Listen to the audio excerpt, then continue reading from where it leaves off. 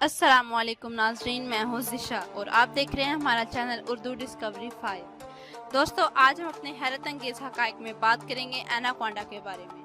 लेकिन इस पे बात करने से पहले मेरी अपनी तमाम दोस्तों से गुजारिश है कि मेरी वीडियो को लाइक और शेयर ज़रूर करें और मेरे चैनल को सब्सक्राइब भी करें ताकि मेरी हर नई आने वाली वीडियो आप तक जल्द अज जल्द पहुँच सके। तो बात करते हैं एनाकोंडा के बारे में। एनाकोंडा दुनिया का सबसे भारी सांप है। ये पानी में रहते हैं और इसी वजह से अक्सर वो दरिया के किनारे किसी के ध्यान में नहीं आते।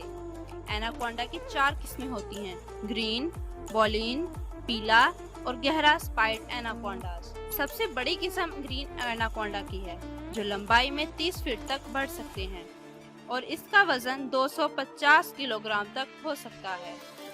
वो कांस्टर कवर फैमिली का हिस्सा होते हैं।